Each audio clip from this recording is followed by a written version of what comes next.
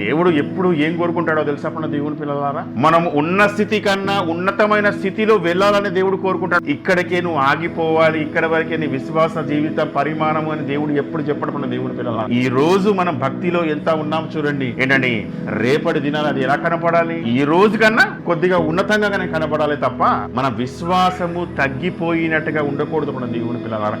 ఈ రోజు ఇలా ఉన్నానండి, ఈ రోజు నేను ఇలా ఉన్నాను, రేపటికి మళ్ళీ నా భక్తి తగ్గిపోయింది, ఎల్లుండి మళ్ళీ పెరిగింది, మళ్ళీ తగ్గిపోయింది, మళ్ళీ పెరిగింది. ఆ స్థితి కాదు కోరుకుంటుంది దేవుడు కోరుకుంటుంది ఏదో తెలుసా? ఈ రోజు ఉన్న స్థితి కన్నా నువ్వు రోజుకి ఎలా ఉండాలి? ఉన్నతమైన స్థితిలోకి వెళ్ళాలి.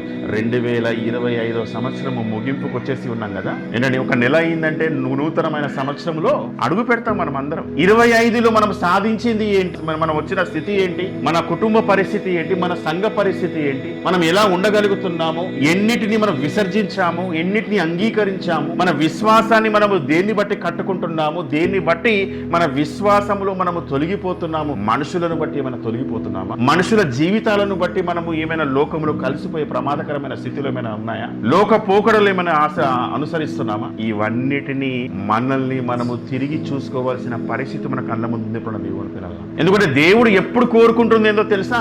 ఈ రోజున్న స్థితి కన్నా రేపటి దినాన నువ్వు ఇంకా ఉన్నతమైన స్థితిలో నువ్వు కనపడాలి. నీ కుటుంబము, నీ భార్య, నీ భర్త, నీ తల్లి, నీ తండ్రి, నీ పిల్లలు, వాళ్ళ ఎదుగుదల ఏంటి, వాళ్ళ స్థితిగతులు ఏంటి, ఇవన్నిటిని మనం చూసుకుంటూ ముందుకు వెళ్ళాలి.